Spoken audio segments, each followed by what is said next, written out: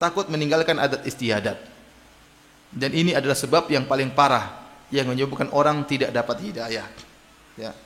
Lihatlah Allah berfirman tentang orang-orang musyrikin.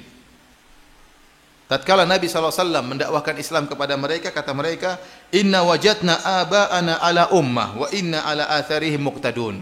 Kami telah mendapati orang tua kami di atas suatu jalan dan kami tinggal ngikut saja. Kami tidak ingin keluar daripada tradisi nenek moyang.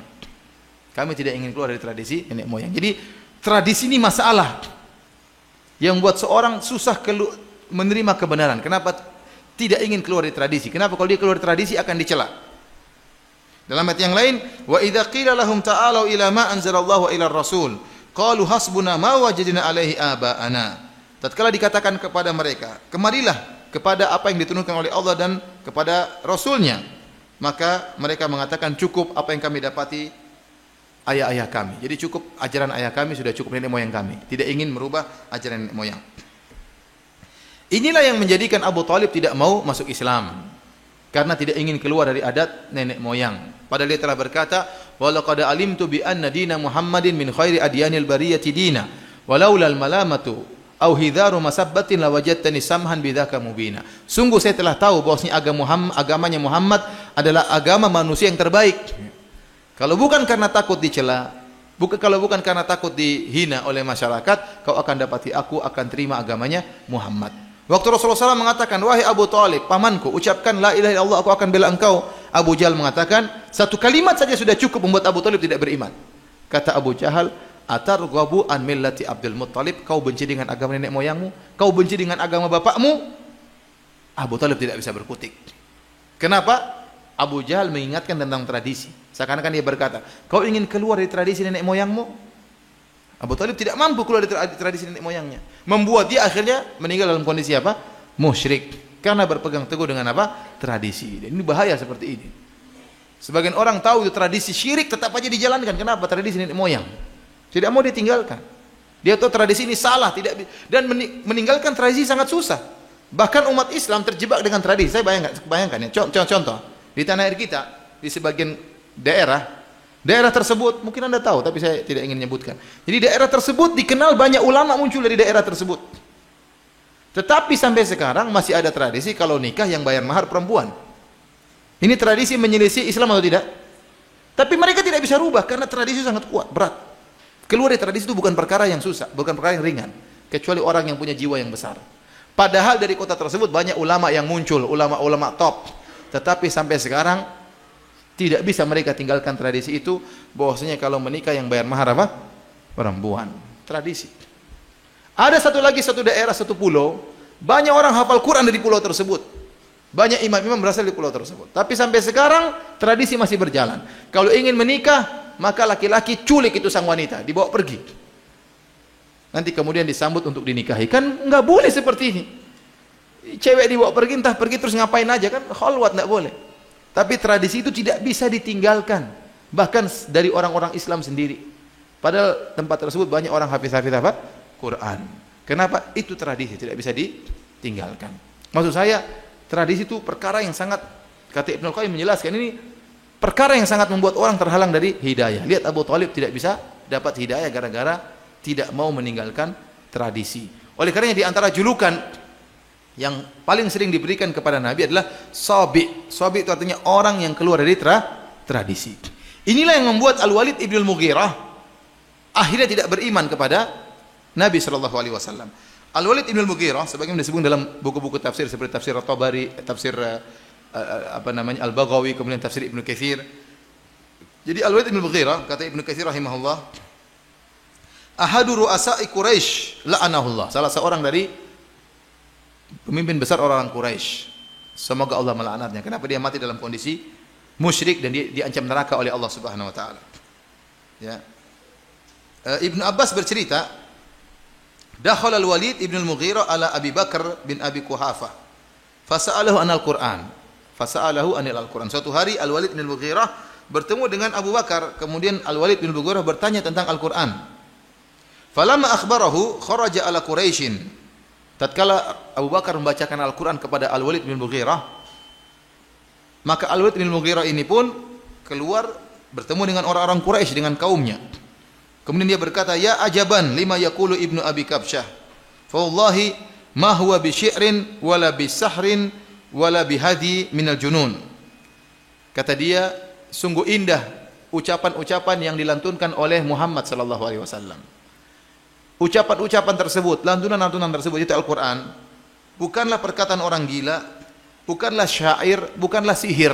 Karena Walid bin Mughirah pintar, dia tahu ini bukan perkataan sihir, bukan perkataan orang gila, ya.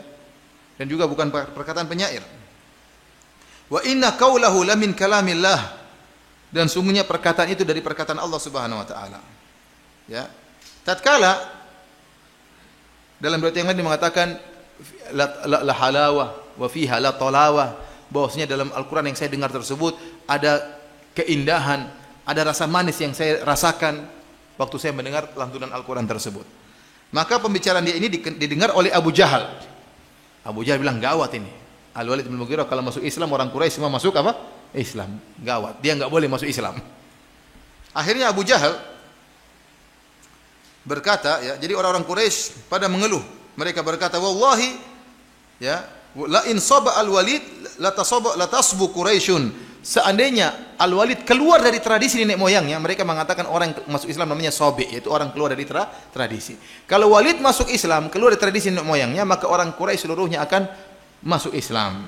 Maka Abu Jahal berkata, ya, ana wallahi akfikum sya'nahu, itu urusan saya. Walid, biarkan itu urusan saya. Maka Abu Jahal pun pergi menuju Walid bin Mughirah.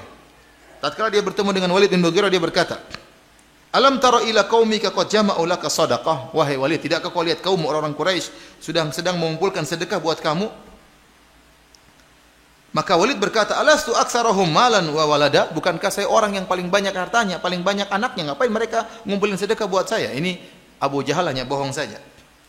Maka Abu Jahal berkata, yatahaddatsuna annaka innama tadkhulu ala ibni Abi Quhafa litusiba min ta'amihi. Mereka bilang kau itu datang bertemu dengan Abu Bakar karena ingin makan di tempatnya, maka kau dengar Al-Quran. Makanya mereka kasihan sama kamu, maka mereka kumpulkan sedekah untuk berikan kepadamu. Ini hanya dongengan siapa? Abu Jahal, dia bohong. Jadi kata orang-orang Quraisy mengatakan kau tadi dengar Al-Quran di rumah Abu Bakar karena kau ingin makan di tempat dia, makanya mereka kasihan, mereka ingin kumpulin sedekah buat kamu. Maka Walid berkata, aqad tahaddatsa bihi ashirati? Apakah orang-orang Quraisy sudah bercerita seperti itu, menuduhku seperti itu? Fala wallahi la aqrabu ibn Abi Quhafah wala Umar wala ibn Abi Kabsyah. Kata dia, demi Allah saya tidak akan dekat lagi kepada Abu Bakar, dan saya tidak akan lagi dekat kepada Umar, dan saya tidak akan lagi dekat-dekat dengan Muhammad sallallahu alaihi wasallam. Wa ma qawluhu illa sihrun yu'thar. Adapun yang saya dengar itu yang indah itu hanyalah sihir yang dipelajari, diwarisi dari orang-orang sebelumnya. Ya, ini akhirnya dia berfikir. Allah menyebutkan dalam Al-Quran apa? Thumma qutila thumma nazar, thumma abasa wa basar. Ya, akhirnya apa?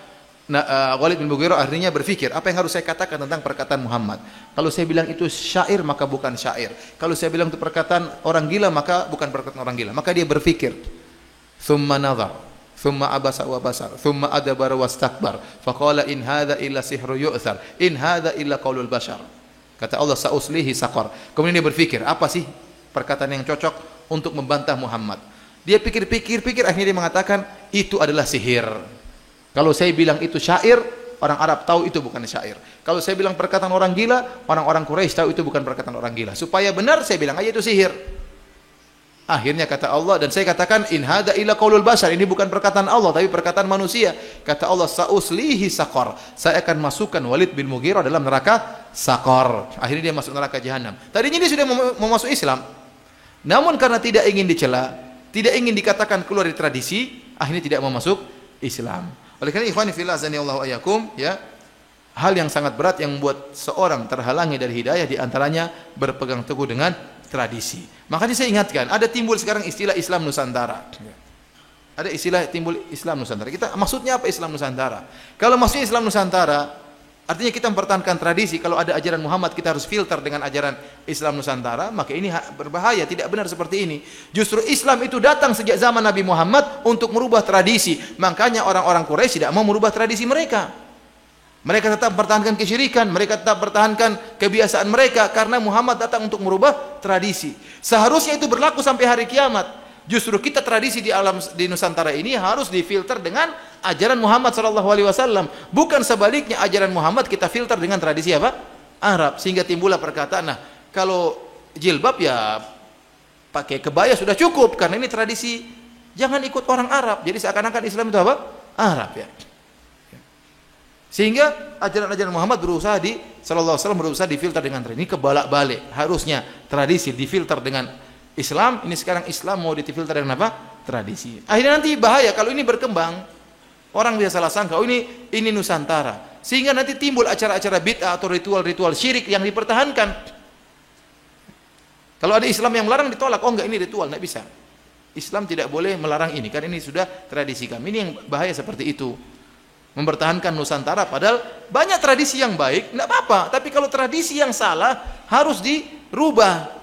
Jangan Islam yang ditolak untuk mempertahankan tradisi yang salah.